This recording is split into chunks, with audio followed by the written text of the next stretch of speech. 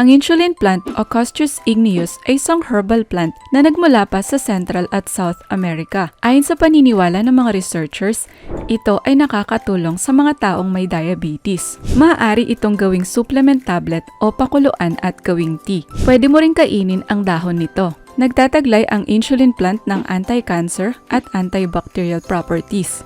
Mayaman din ito sa antioxidants at may taglay na flavonoids, iron at protein. Pero ano nga ba ang benefits at side effects ng insulin plant? At bakit ito tinawag na insulin plant? Number 1. Panglunas sa diabetes. As the name suggests, ang insulin plant ay ipinangalan sa hormone na insulin dahil nakakatulong ito sa mga taong may diabetes. Ang insulin ay isang hormone na pinuproduce ng pancreas na may kakayahang pababain ang blood sugar levels. Ang insulin plant ay nagtataglay ng charantin, isang chemical substance na ginagamit panglunas sa diabetes. Pinopromote ng charantin ang production ng insulin mula sa pancreas. Pinapataas din ito ang sensitivity ng cells sa insulin. Mayroon din itong taglay na alkaloids at flavonoids na nakakatulong pababain ang blood sugar levels. Number 2. Nakakatulong sa digestion at weight loss.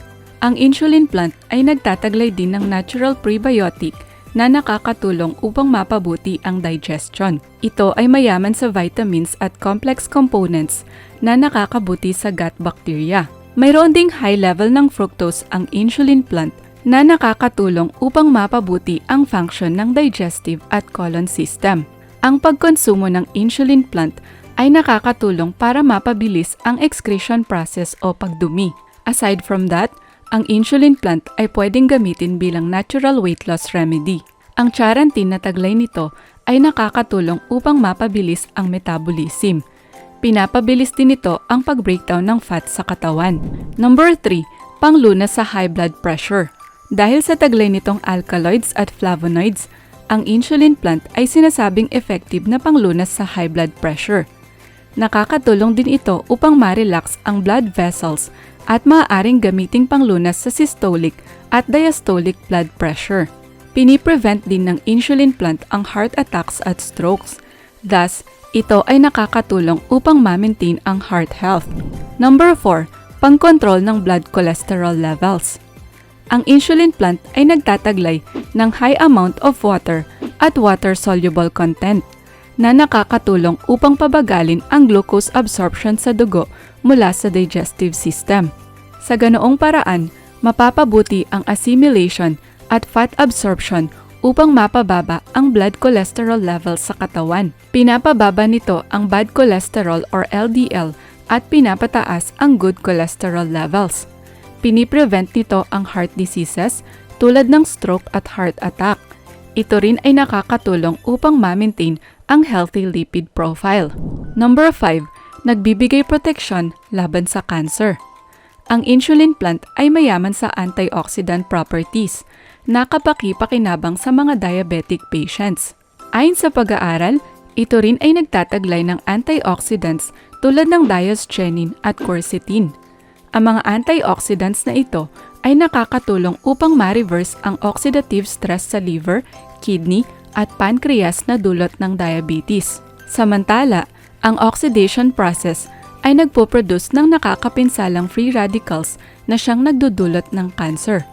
Luckily, ang insulin plant ay mayroong anti-cancer properties. Base sa isang animal study, ang ethanolic extract na taglay nito ay mayroon ding anti-cancer at anti-proliferative properties. Mataas din ang anti-cancer property ng insulin plant extract. Ito ay sinasabing effective na panlaban sa colorectal at lung cancer cells. Ang insulin plant ay nagtataglay ng 90% antioxidants. Number 6. Pinopromote ang kidney health. Ang dahon at rhizomes ng insulin plant ay mayroong diuretic effect na nakakaapekto sa potassium at sodium clearance para ma-regulate ang diuresis. Pinopromote ng insulin plant ang kidney health sa pamamagitan ng pag-regulate ng diuresis at pag-balance ng excretory system. Ito rin ay nagtataglay ng high water content, ethanolic extracts at stigmasterol na nakakabawas ng kidney stones. Number 7. Panglaban sa mikrobyo. Ang methanolic extract na matatagpuan sa insulin plant ay makakatulong din laban sa mikrobyo. Ito ay may antifungal at antibacterial properties na pumipigil sa paglago ng mikrobyo. Ang insulin plant ay nakakatulong labanan ang iba't ibang uri ng mikrobyo tulad ng Bacillus megatherium, gram-positive Bacillus cereus at Staphylococcus aureus. May kakayahan din itong sugpuin ang Micrococcus luteus, Streptococcus lactis, Escherichia coli, Candida albicans, Salmonella typhimurium at iba pa. In addition, nakakatulong ito sa pagpatay ng bakterya sa urinary pipe upang mapabilis ang urination process. Number 8. Painkiller effect. Ayon sa pag-aaral, ang insulin plant ay mayroong anodyne property. Ito ay sinasabing proven na nakakatulong upang mabawasan ang sensitivity ng nervous system. Ang anodyne components na taglay ng insulin plant ay may painkiller effect, kaya maaaring gawing paste ang dahon nito at gamiting painkiller. Number 9. Panglunas sa liver diseases. Karamihan sa mga liver diseases ay dulot ng fat na naiipon sa liver. Ito rin ay nagdudulot ng ilang chronic illnesses. Ang pagkakaroon ng sobrang fats ay posibleng magdulot ng unhealthy lifestyle at health problems. Fortunately, ang insulin plant ay nakakatulong upang malunasan ang liver diseases. Dahil sa taglay nitong high water at water-soluble content, ang insulin plant ay may kakayahang kontrolin ang cholesterol levels. Ang taglay nitong charantin ay nagpapabilis ng metabolism at nakakatulong sa pag-breakdown ng fatty acids sa liver. So, pinopromote ng insulin plant ang healthy liver function. Number 10. Pinopromote ang bladder health. Ang problema sa bladder ay maaaring dulot ng kakulangan ng tubig o virus infection sa urinary tract. Buti na lang, may diuretic compounds at antibacterial property ang insulin plant na nakakatulong upang mapaganda ang function ng bladder. Ang katas ng insulin plant ay nakakatulong sa pag-regulate ng urination process. Therefore, ang insulin plant extract ay mainam inumin bago matulog para mapanatiling maayos at healthy ang bladder. Number 11. Pampalakas ng immune system. Ang insulin plant ay mayaman sa antioxidants tulad ng ascorbic acid, alpha-tocopherol, beta-carotene, glutathione, phenols at alkaloids. Ang mga antioxidants na ito ay nakakatulong upang palakasin ang immune system sa pamamagitan ng pag-alis ng free radicals sa katawan. Maaring inumin ang insulin plant extract na may kasamang honey tuwing umaga.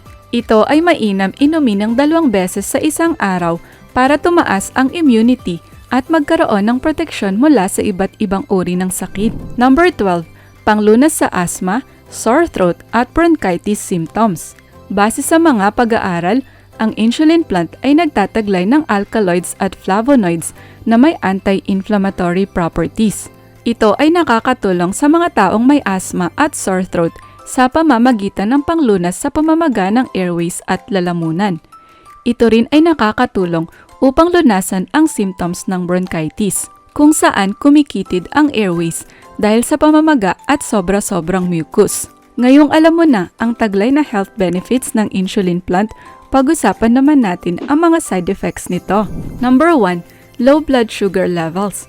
Although nakakatulong ang insulin plant sa mga diabetic, ito ay maaaring magdulot ng low blood sugar levels. Kung ikaw ay nagtitake ng insulin o ibang diabetes medications, maaaring bumaba ng sobra ang sugar levels mo kung gagamit ka ng insulin plant. Ito ay posibleng magdulot ng hypoglycemia, isang kondisyon kung saan ang blood sugar levels ay sobrang baba. Number 2. Allergic reactions. Ang insulin plant ay maaari ring magdulot ng allergic reactions. Mayroong taglay na histamine ang insulin plant, isang organic compound na nagtitrigger ng allergic reaction sa ilang mga tao. Ang symptoms ng allergic reaction ay pangangati, pamamaga at pantal. Kaya kung ikaw ay makaramdam ng alinman sa mga nasabing sintomas, ihinto ang paggamit ng insulin plant at kumonsulta agad sa iyong doktor. Number 3. Drug interaction. Maliban sa allergy, ang insulin plant ay maaari ring magdulot ng drug interaction. Ito ay maaaring maka-interact sa ilang gamot tulad ng diabetes, blood pressure at cholesterol-lowering medications. Therefore, Mahalagang kumonsulta muna sa doktor bago gumamit ng insulin plant kung ikaw ay may iniinom na gamot.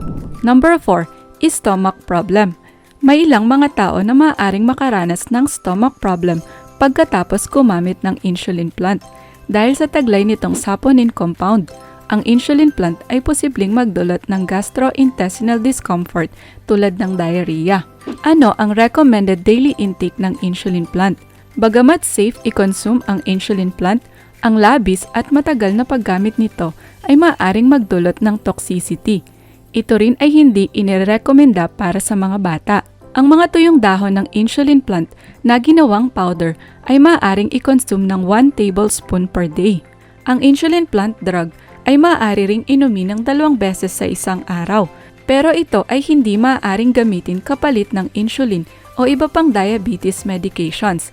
Kaya pinapayuhan na kumonsulta muna sa doktor bago gumamit nito upang maiwasan ang side effects ng insulin plant. Ikaw, meron ka bang tanim na insulin plant?